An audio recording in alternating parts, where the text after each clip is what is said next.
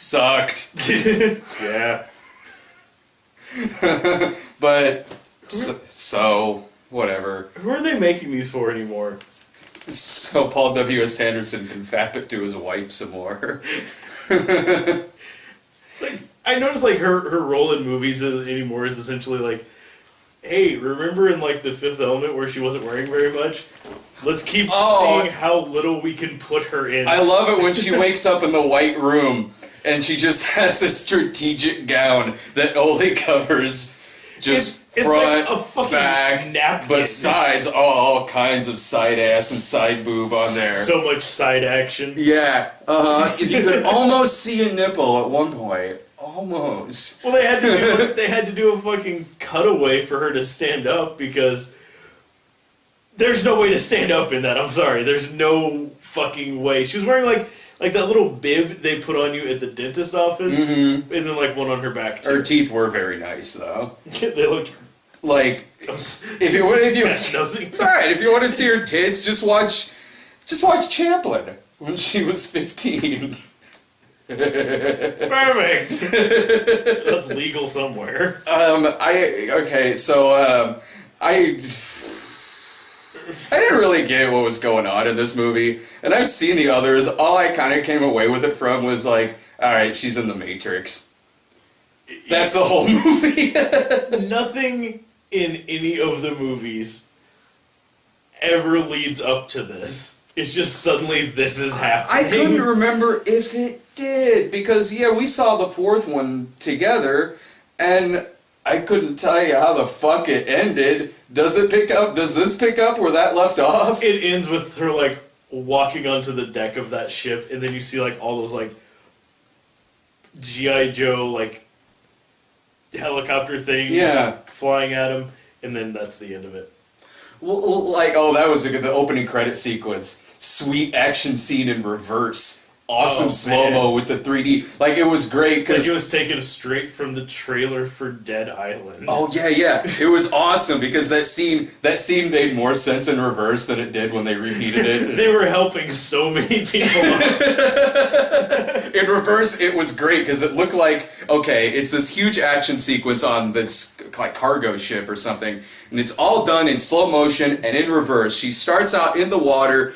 She comes up out of the water, explosion, there's all these SWAT guys on ropes and shit, but again, it's all in reverse, so it looks like, oh man, we gotta get out of here before this boat looks nicer. It's like, oh, shit. Alright man, out of you! And they go back up on their, the sky. They go back on their helicopters and shit. They're saving so many people by unshooting them in the back. And then it goes... that net up off that one guy. Yeah, and you lean over to me, you're like, oh man, I can't wait until they show us this same scene, but in regular, but in forward instead of reverse. They do, but right in between, it got me. It did. Right in between, there's a series of like iPhones that's telling us what's going on. And after the fourth kind, Milla Jovovich really needs to stop introducing movies. Yeah, that's all anyone's ever gonna think about. That's all I can fucking see is like, hi. My name is Milla Jovovich, and I'm an actress. I'm in Resident Evil. This shit's totes real, yo. Some of this is recreation, some of it's actual footage of other movies we shot. Yeah? Oh, that was great, because in this, this whole sequence, she's on there, and she's basically saying everything that's happened from the first movie to this, which only takes a few minutes. Yeah, if you only touch on the actual plot points. Yeah.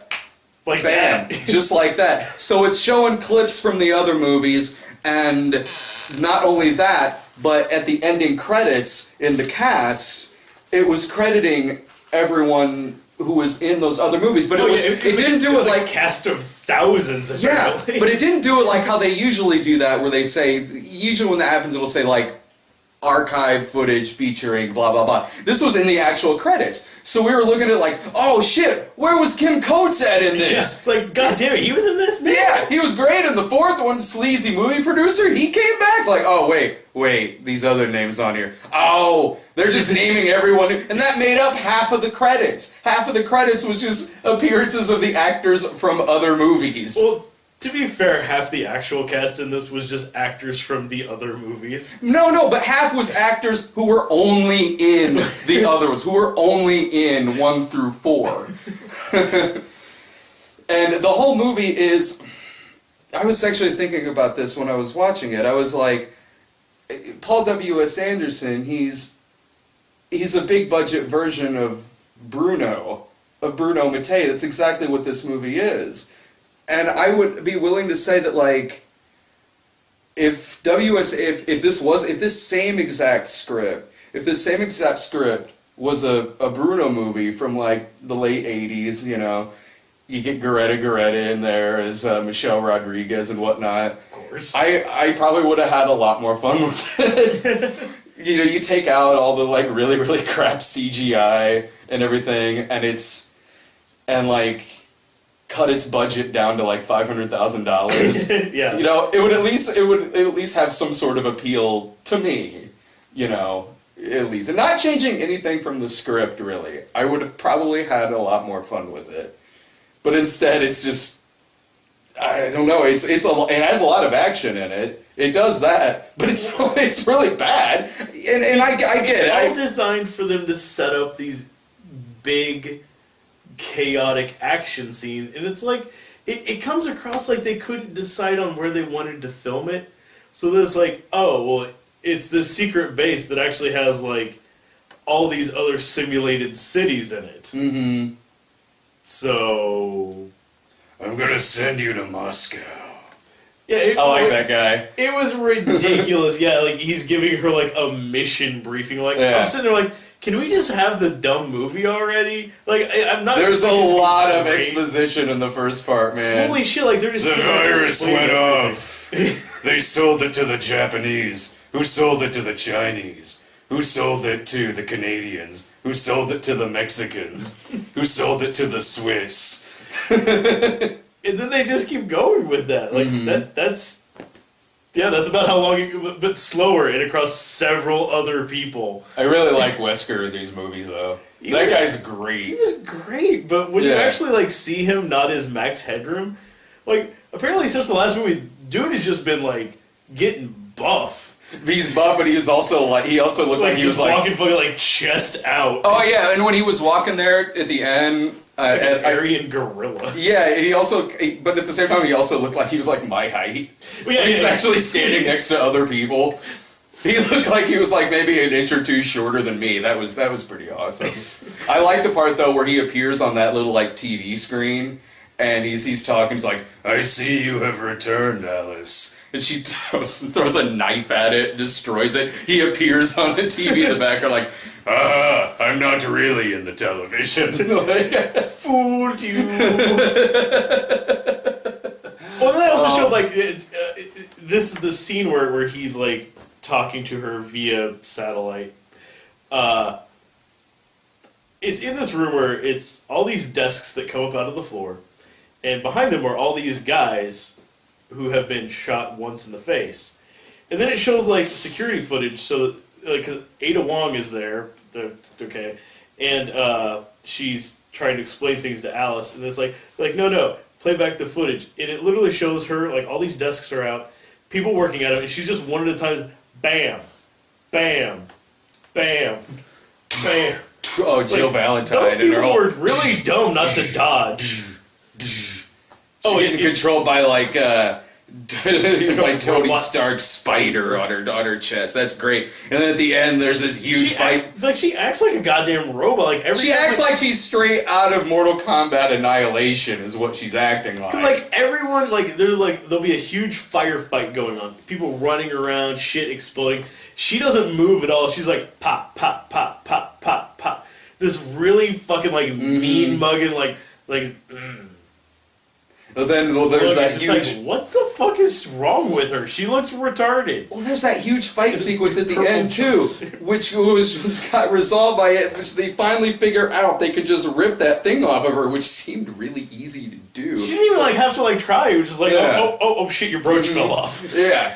That would have saved us this sweet fight sequence. Turns out it was the snow. Yeah, turns out it was only being held in by the fact it was jammed between her breasts. There was that that one great part though with I forget the actor's name. He was the kind of SWAT dude from Lost.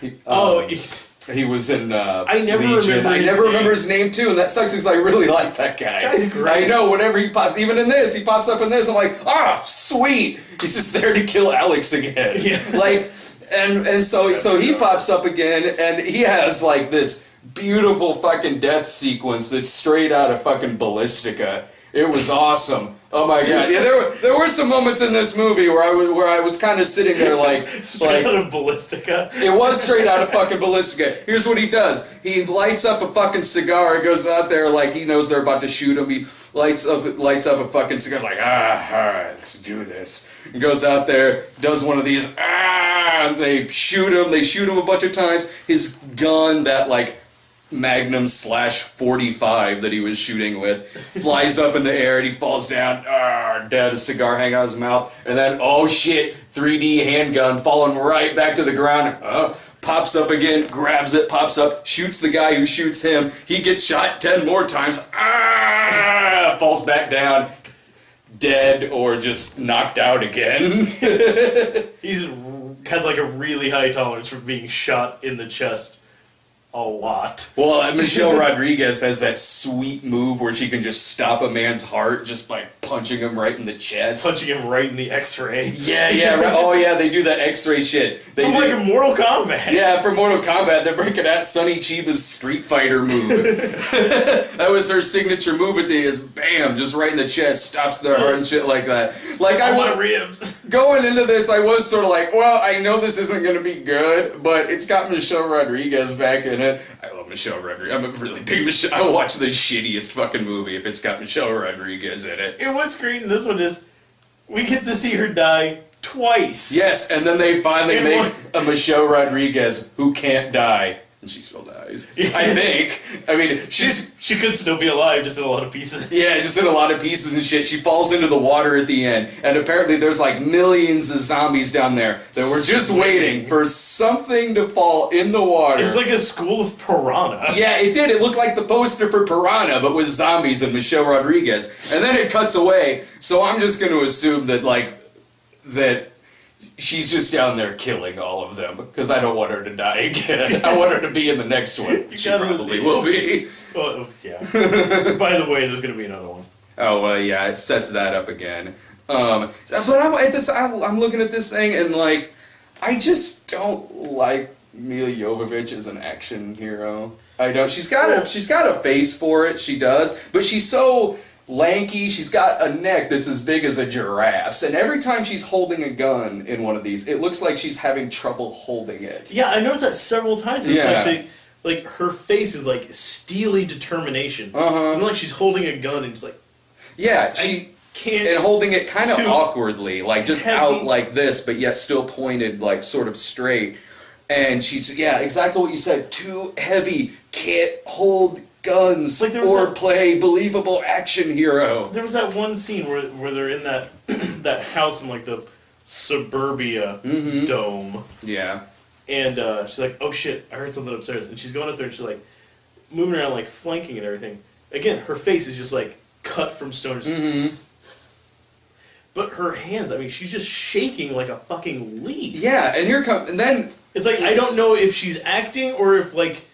They legitimately are too heavy for her. Yeah. Yeah. And then meanwhile... like this big around. Yeah, it'd be like me trying to hold shit like that. But then here comes Michelle Rodriguez, who is believable as an action person. Michelle Rodriguez shows up in her SWAT outfit, is taking on this, like, house. It's really fucking believable. I'm watching she got it that like... huge one just check, and is holding it like... Why hasn't she been playing Alice in all of these fucking movies? She's so much more fucking believable as an action person. I mean, of course, if she was playing Alice, she would have died still at the end of the first one, and we wouldn't have any more Alice, but... but to me, that would have been... I don't know, maybe it's just because I like her a lot better than I like Milla Jovovich for several reasons. Like, she's a better action person. She's a better actress. Her costume in this one, to me, looks ridiculous. One more thing about Michelle Rodriguez, though. Did you crack up at the scene where Milla Jovovich was showing Michelle Rodriguez how to hold a gun? Oh, yeah. So you can see Michelle trying so hard to pretend like she didn't know which one to like. It's like, do I hold it this way at myself and no? No, Jerry, you shoot out of the little end. So, like, I kind of got a kick out of that. Like, this is wrong for several reasons. It's Eddie Deason showing Schwarzenegger how to shoot. Anyway, what were you saying? Her outfit. Yeah, her outfit in this. I mean, it was. They conveniently gave it to her in that. It's like they stole it from the Underworld movies. Like, you're not going to use this one? Okay. Yeah. Grab. Give it to Alice. But yeah, she's in like this weird prison cell made out of just lights. Mm-hmm. And there's a security breach, power goes out, so all the lights systematically go out one by one on the way down, instead of just the lights going out. Because I know that's how my house is. Whenever there's a power outage, each room drops one at a time. That's what they do in the movies whenever there's a blackout. This building goes out, then this one, a few more over here, then these two buildings. It takes a while for the electricity to run out of the tap. Well, in this, when the power's going out, they have to make sure to get a lot of the product placement buildings in there right before the power starts going out. Oh, yeah, the fucking product placement. But yeah, no, like, she gets it out, like, literally, they hand her an outfit. She's in a prison cell that's essentially just like a torture room. They essentially just keep asking her, is it safe? Yeah. And then, all of a sudden, like, this drawer slides out, and it has 2 boots and a, like, it doesn't even look like a full corset, it's like a waist trainer or something. And then 2 seconds later, she's stepping out in, like, full-on fucking fetish gear. Yeah. Like, where the fuck was the rest of that? It was underneath the corset. It was in one of the other drawers. Oh, the other drawers that just happened to be in this room. Yeah. It's like, there's no way you can tell me that they weren't planning on her escaping. Yeah. Oh, yeah, because then at the end, she's got to help him save Washington, D.C.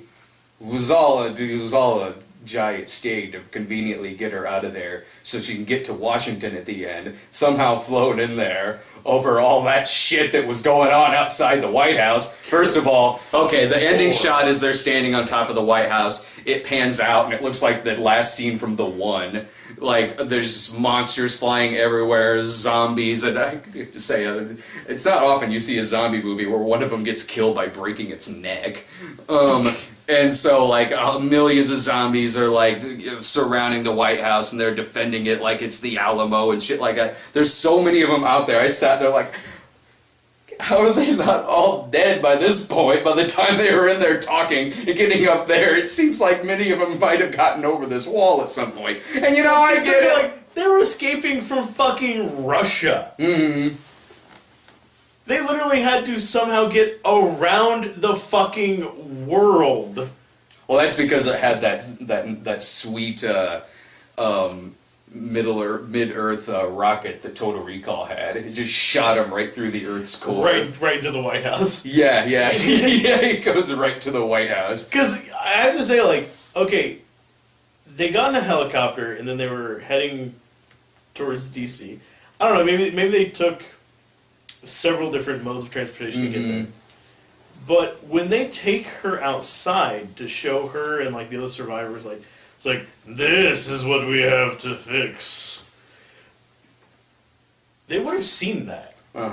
If they flew in, if they drove in, if they did anything other than, like, tunnel through the fucking core of the Earth. I teleported you here. It was the safest thing to do. Otherwise, you would have easily been ripped apart. Like, the air was thick with those flying things. Nothing could have flown in there. So, I mean, I get it. It's supposed to be dumb. It's supposed to be just brainless, mindless, just shooting. It was, but it's not that entertaining. I mean, these movies. Fun just ripping. That's what I mean. Like, these movies are worth kind of putting in and having a laugh every now and then. They do work in terms of that. Not much else. And I'm watching it like. Every time Milla Jovovich talked in it, I was sort of like, she sounds like a girly Christopher Lambert doing an American accent. I can see that. They're all my doubles. Today I am mommy. Mama, it's a long story. Like the words just kind of bleed in together. There's not much punctuation in there in any way whatsoever. It's just very femme Peter Lorre sounding a little bit. She's trying so hard to sound like a badass, but she's just not. Like Paul W.S. Anderson keeps trying to convince me that she's an action hero, and she's just not. Please put more Michelle Rodriguez in there. Stop killing her off. I'm just saying. Yeah, just let her live, man. Like, I want to see a movie with her and Sean Bean in it, and I want to see them make it to the credits roll. Yeah. What did you think of this compared to the other ones?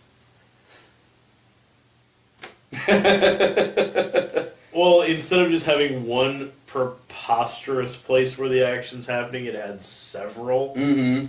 Let's not forget about the product placement.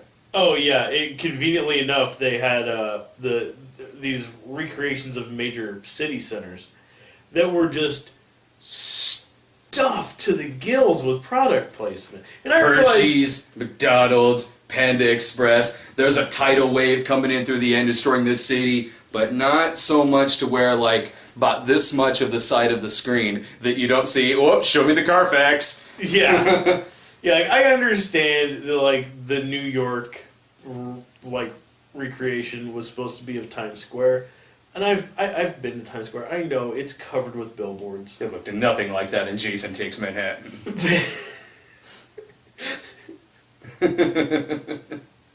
I'll explain it to you later. But no, I mean, it was just it was like what the fuck was that one? New Year's Eve. How it was so awkwardly obvious that it was product placement. Like, I can take watching a movie. I realize there's shit everywhere. There's stuff in the background. I'm not looking at a movie and every time a car drives by, no, I saw that was a Kia Sorento. Ah, goddamn Kia, product placement. No, it's just a fucking car in the background. But this one, it was when she first walks into the Tokyo one, the camera starts panning over. It's a nice tight close up of her face, and she's panning around, and all you see across the screen is her face and GameStop.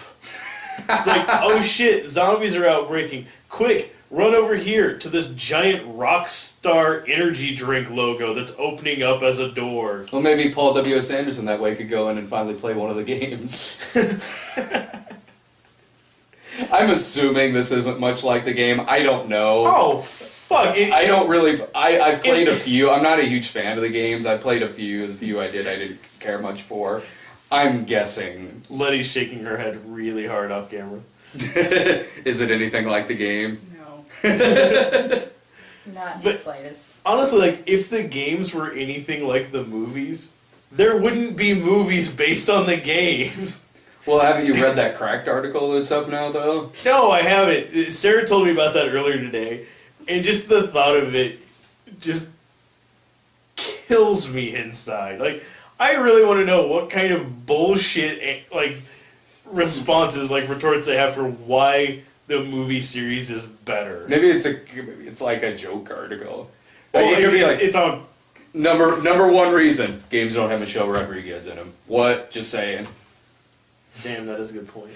In the games, Wesker sounds nothing like Hugo Weaving. Boo. And the games aren't in 3D. Or does he?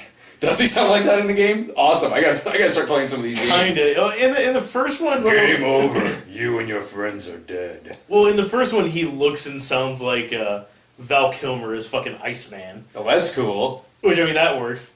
I like that. I gotta start playing these. Even the live action intro to the first one, he looks exactly like he's got his fucking aviators on. He's yeah, fixing his hair and shit. Well, the way that this one ends, it looks like in the next one it will have a shit ton more Wesker in it. Well, he's only in this movie for 2 scenes. I like this guy in this fucking movie. He's hamming it up like fucking crazy. Oh, he loves the fact that he's in this movie. It's like if you were to see Michael Sheen in this movie, it'd be fucking great. He would fucking knock it out of the park. Although I've got to say though, like on the topic of the games though, the characters that are in this that are actually characters from the games, they don't look like real people. They look like they honestly look like people that you'd see at like a con. Like they don't look like it's like, oh man, I woke up this morning, decided to put on my plain white T-shirt. And is that why I saw Harley Quinn in the background? Exactly. What was she even doing here? That made no sense. It's like 15 Doctor Who's in there. Every time I see actors in these movies, and I'm mainly talking about actors that I just simply don't fucking recognize. I'm usually just sitting there like, oh shit, soap opera actors in trouble. It's what they look like. But yeah, I mean, they just like. It's how they act too. Well, yeah, but like for several of them, like they went to great lengths to make their outfits look like they do in the games. Like one glance at Barry, and you know that it's Barry. One glance at Leon, you know that guy is trying to be Josh Holloway. Yeah. But like that's who I thought it was when he first popped up on screen, and it's kind of a far off shot, and I just see the hair and the sweet sweet shadow. It would have been good if it was. I think I would have liked that much better. Oh my god, so would I. It was all of a sudden Sawyer's in this movie. Oh fuck yeah, that would have been great. Yeah. I'd have been like, fuck it, it's got Sawyer in it. Thumbs up, go see it. But like everyone just literally like the ones that are actually from the game just look like they're cosplaying. Mm-hmm. Like the outfits are exact enough that you realize, wait, if people dressed like that, they'd look stupid. Is that why Milla Jovovich is dressed like sexy Neo? I don't know what the fuck that was about. Again, I think she was just dressed as Kate Beckinsale. Mm-hmm. Cause like in the other movies, like she's always wearing something stupid. Yeah, but it's like it's an action movie. She's the and hero. It's a W.S. Anderson. She's got to wear something. It's a video like, game movie. Preposterously ostentatious. Mm-hmm. Okay, I'm fine with that. But like I say, like the people that were supposed to be from the games, like Ada, Leon, Barry, they just look like they're cosplaying. Mm-hmm. The chick that was going around as Jill looked like she was getting ready to go to like fucking Comic-Con. Uh-huh. It didn't look like things that actually exist. It'd be like if they made if like the Christopher Nolan Batman movies. Everything looks the way it does except Batman's wearing like just like gray and black spandex. Mm-hmm. It'd look fucking stupid. You just don't understand, man. Christopher Nolan's a genius. My bad. What I will say about this movie, I'll say something positive here. I actually really, really liked the music. The soundtrack, I actually really liked. Like, there were scenes... There were scenes... song, though, had, like, no point. It went on for, like, 30 minutes of the movie. Just the same, like, 2 bars. Which one? That one, like, the entire length of, like, oh shit, our little, like, snowcat fell over. Mm-hmm. Submarine coming through. Oh, I liked that. When that started playing, I actually really liked it because I was sitting there watching it. I was like, I actually really kind of liked that score. And I was like, if this was a better movie, that would be really epic. That would be like a really epic scene if I knew what the fuck was going on in this fucking thing. The music during that part, yeah, it was a bit epic for what was actually exactly. happening. If something really huge was fucking going on right there, but like, holy crap, that'd be like really good. But it felt more to me like they started writing this epic score and didn't have a chance to finish it, so it was like, repeat. Yeah, just keep doing it. I didn't have a problem with that. I mean, you see that in most action movies anyway. They'll repeat a lot of the same score. But that last fight scene went on for fucking ever. Yeah. Oh, yeah. But, well, when it got into that fight scene, it kind of got into just sort of like stock, sort of cheap action-y music. But like the stuff it switched to a much more badass soundtrack whenever it was Michelle Rodriguez fighting. It did. And then you go back to Milla Jovovich and stock music. We need to save the good music for the believable action person. But like the music it was playing in the opening credits, the music it was playing there in the submarine part, I was listening to it, I was like, this is actually really kind of good. I was like I'm watching like, I don't know, like some like Albert Pion flick from the 90s or something like that. It's like I'm watching it's like I'm watching an old Cannon film or something. I really kind of dug that. I mean, and then in the ending credits, it kind of goes into, you mentioned this, the ending credits music kind of goes into like Step Up 4 territory. It was just dubstep music. That starts playing that in the ending credits. I will say that I kind of like that part of the movie, and you know these movies. I mean, this credits. No, nothing. Not that. You guys stayed in there way longer than I did. Well, I decided to stay because like Jill showing up at the beginning of this one and being in it the whole way through only kind of makes sense, really, if you stayed after the credits on the last one. Because remember, like, I don't think it was staying after the credits. I don't think it was a full like after the credits one. I think it was one of those like, here's like 15 seconds of credits. Oh shit, more movie. Oh shit! Now we're gonna show how it ties into John Carpenter's The Thing. Yeah. So, like, Jill doesn't like. I think she shows up in like a single frame of the actual movie, and then like that little like mid credit thing is when you actually see her in the movie. That leads into this one. So, yeah, you had to kind of see the like post like the mid credit like and then there's this. Like, you cared that much? Well, I didn't want to be confused next time. Even if I watched a final scene after the credits, and it would make sense for the next movie, I wouldn't remember it by the time the next movie came around. I saw the last film, and this freaking movie right here, I was having trouble following what the shit was going on through most of it. I was probably thinking too fucking hard, because the whole movie's just a giant action sequence. Out of all of them, this one probably has the most action in it. It really probably does. And the least amount of slow motion. Yeah, there's still a lot of fucking slow motion. Well, I like not as it wasn't as extreme as the last one. No. It wasn't as extreme as the last one was, but I like how they kept incorporating creepy like Virtual Boy girl back into this one, who kept telling them they were gonna die down there.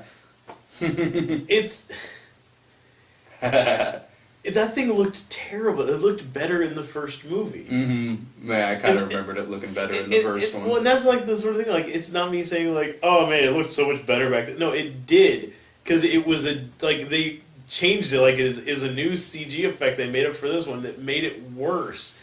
It was they like had to pop out because of the 3D. It was on fucking par with the Lawnmower Man. Yeah. Mm-hmm. It looked like fucking Job at the end of Lawnmower Man. All we got was Lawnmower Man 2.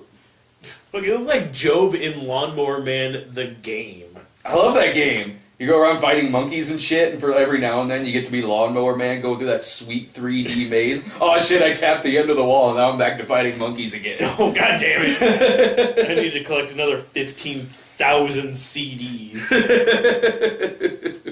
The 3D wasn't bad. The 3D was alright.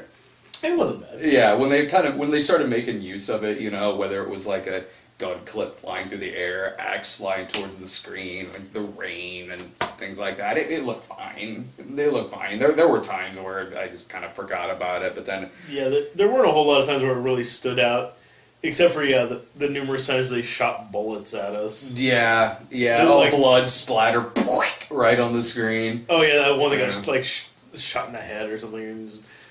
Oh man! Oh, we're so careful. Oh, thank God it was just the screen.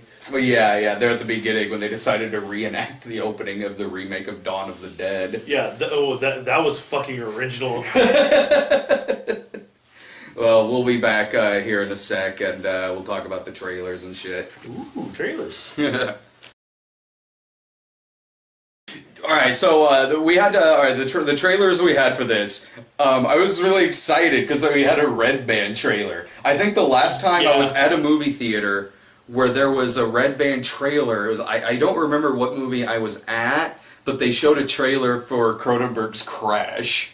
There was a way red band trailer. Oh man, there's car accidents and fucking and Spader. Sold. Well, you gotta put that in the red band. Oh yeah, it was, not only was it red band, but it had like, bam, NC-17. So the red band for this was, and I didn't even know this was being released with an R. Based off the other trailer I've seen for it, I did not know this. Yeah, it was Hansel and Gretel Witch Hunters, which I liked this trailer. I did, like, you were telling me how much you didn't like the other trailer. I'll be fair, this one sold me on it a little bit more. This one really sold me on it. And when I saw the other trailer, I didn't have quite the negative reaction you did. And I'll be honest, it was because it's starring Jeremy Renner. Lloyd, you get out of the car. Go on, buddy. There you go, boy. It was because of Jeremy Renner. I'm like, alright, it's Jeremy Renner, and I'll see it. This trailer, though, was pretty fun. There's blood flying all over everyone's faces. I love that this is a hard R movie. I'm sold on it. I am. Oh, it comes across as like fucking James Gunn's Hansel and Gretel. Yeah, I am pretty sold on going to see this. I am more willing now to see it than I was before. Yeah, it looks But like that bloody, dumb fun, really. Yeah, because it was missing the bloody and the fun from the first trailer I saw. Like like literally the first trailer I saw this, it just looked like fucking Van Helsing With like start to Brothers finish. Grimm thrown in there too. But this trailer showed that it looks to have a pretty big sense of humor. Yeah, it likes taking jabs at itself. Because it looks like one of those movies. Like if the movie's not aware of what it is, it won't come across very well. In this one, it definitely knows that. All right, this is a really dumb concept. Yeah. Fuck it, have fun with it. And what does Renner say in it? Something like just stand back and wait for my sign, or wait for my signal. Yeah. Well, what's your signal? When I start blowing witches' heads off. That's the signal. Heads flying everywhere. I just love to think monsters exploding and blood just flying over everyone in no matter what fucking location it is. Yeah. Like, it doesn't matter where you're at, you're getting hit with red. I guess it's in 3D too. The trailer. I didn't know that about when I saw that first trailer, but there's blood flying all over the screen in this thing. I just appreciate, like, not only is this a hard R, it's being released with a red band trailer. The first one I've seen in the theaters, and I'm sure in other places red band trailers probably pop up in theaters a lot. Not so much here. Yeah, we just don't catch the movies they're playing at. Yeah. Somehow. Yeah. So we got that, and we got... Well, we got that one for Mama. Mama. Is that even the name of it? Yeah, Mama. Oh, okay. I don't know. I mean, it looked kind of spooky. It's a dumb title. I'm fucking nervous about one thing. I like Guillermo del Toro's movies, but like, what was that last one? Don't Be Afraid of the Dark. I didn't see that. Did you watch it? I've seen part of it. Letty showed me a little bit of it. I should see it. It's got Guy Pearce in it. Yeah, but it looks like it's creepy and good, and then you actually see what like the creature is, and then it's like, that's dumb. It's the spider from the end of It. They spend the whole movie trying not to look at its deadlights. So that's what I'm worried about with this one, is like, they were really playing up Mama. Yeah, that was kind of dumb. The title being Mama, and I was always just like, oh man, looks like The Orphanage crossed with The Orphan. Yeah. Yeah. I mean, that's to say, it might be alright. I don't know. There was some spooky stuff in the trailer. I mean, I don't know. Most things look like a step up after we saw The Apparition. Well, like, it was... Resident Evil 5 was a step up after The Apparition. The movie Step Up was a step up. But, I was also, like...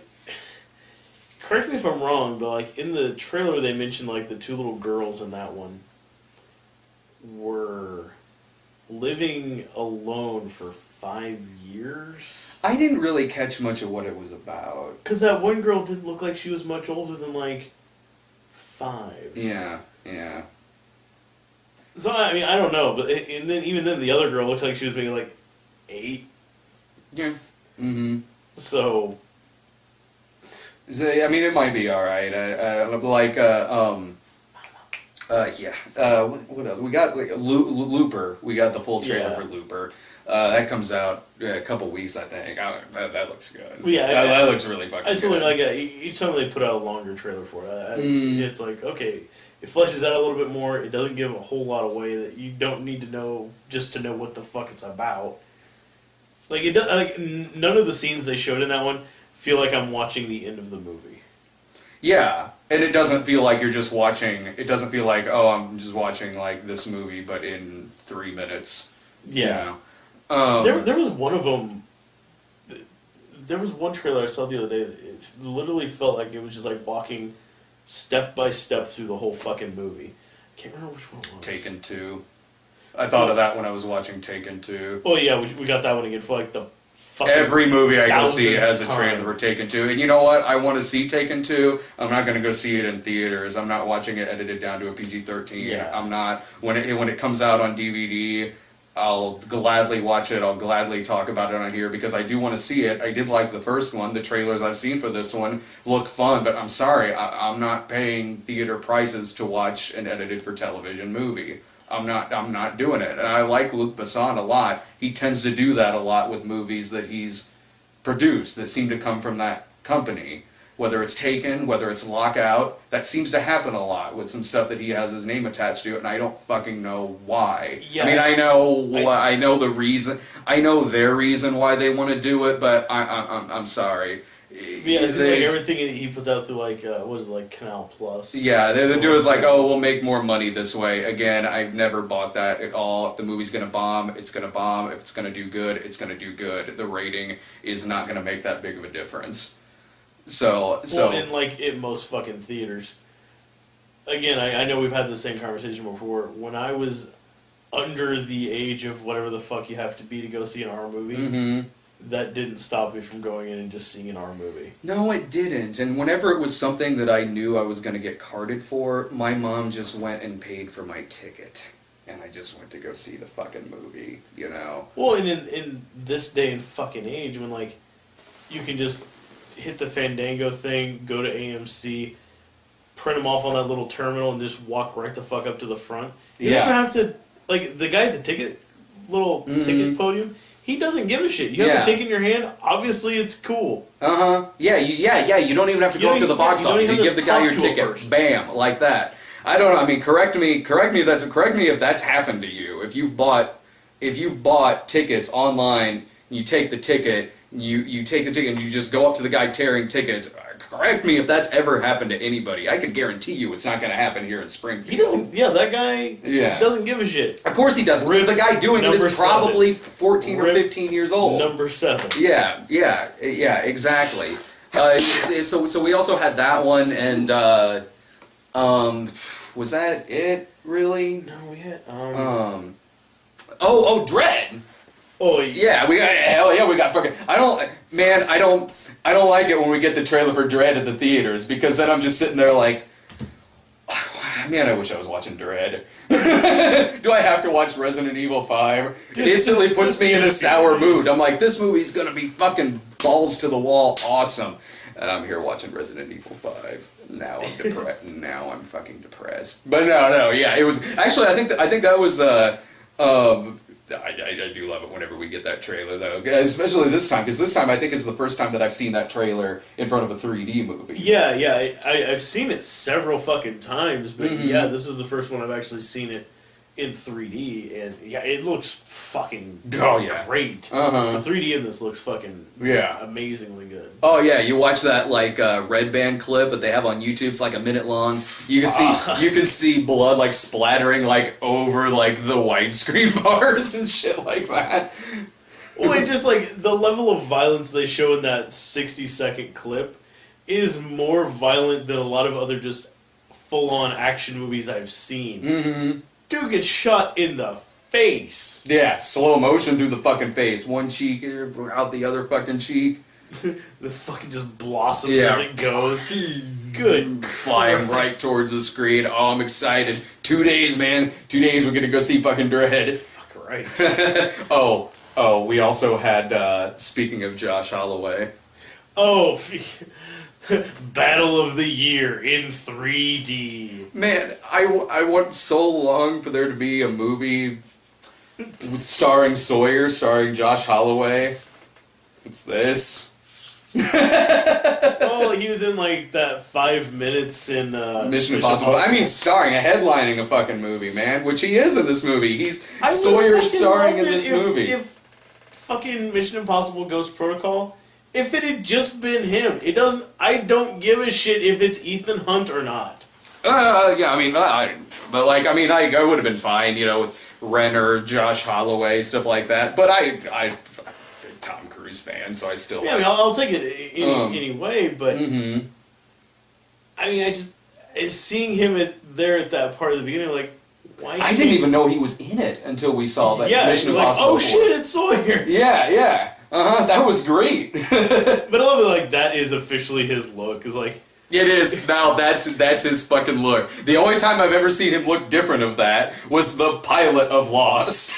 He had significantly shorter hair and was a little more clean shaven. Well, that and, like, back in the day when he used to be in those fucking Old Navy commercials. Okay, yeah. Clean shaven, fucking short, like, crew cut, like... Sweet turtleneck on. Yeah, that's right. That's sweet right. zip-up fleece. Yeah. So, and it's in this movie's in 3D. This thing with Josh Holloway, and I think it's just in 3D, so it'll look like Chris Brown is really punching you in the face. It's exactly why it's fucking in 3D. Well, I still maintain what I said after the first time I watched it. It's fucking Remember the Titans. But with dancing? But with dancing. Yeah. That's it. Like, looking at this, I mean, replace fucking Josh Holloway with Denzel. It's Remember the Titans 2. Not so much even Remember the Titans is any movie like that. Well, yeah, but I just mean, like, from the fact, like it could be like a dance version of Hardball with Keanu Reeves.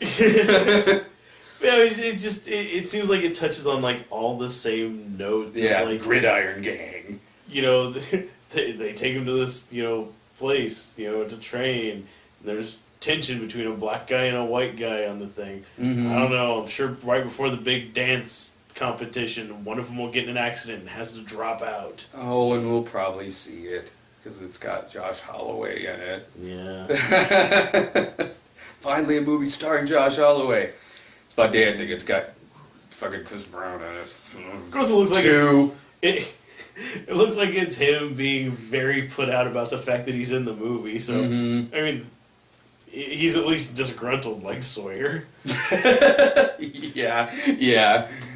So there was. I think that was it in terms of the trailer. But all right, my final words here on Resident Evil 5 is, I mean it's of course it's not good. I mean, at this point, at the 5th entry, it's going to finally start being good. So I mean, you know what you're going to get when you go into it. It's supposed to be just mindless, dumb, style over substance entertainment.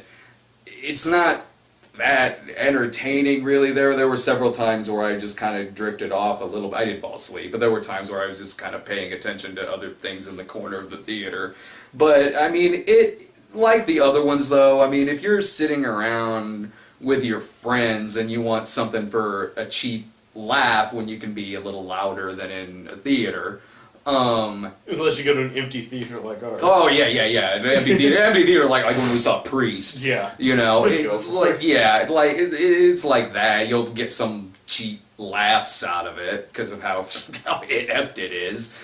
So for that reason, it has some reason to exist. I guess. I mean, I guess that's what I can say about it. I mean, at this point, with it being the 5th one, I don't know much of what else to say about it other than that. It feels like you're reviewing the same thing for the 5th freaking time.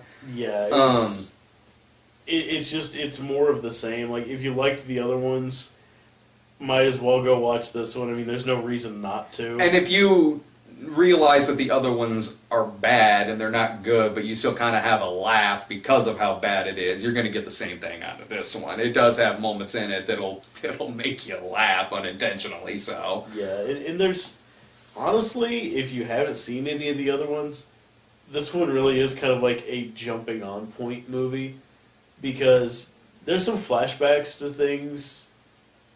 Like, it has like that opening thing, like at the beginning, where she more or less is like, here's the story thus far to catch you up. Mm-hmm. And then anything past that, like, it's pretty obvious. It's like the way that they linger on people, like, oh shit, she's probably seen them before, but they've already established that these people are all like clones of clones of clones. Mm-hmm. So, if you've never seen any of the other ones, fuck, can't hurt to try this one. Mm-hmm. It probably won't make you want to go back and watch the other ones, but whatever. Sure. That's really all I got.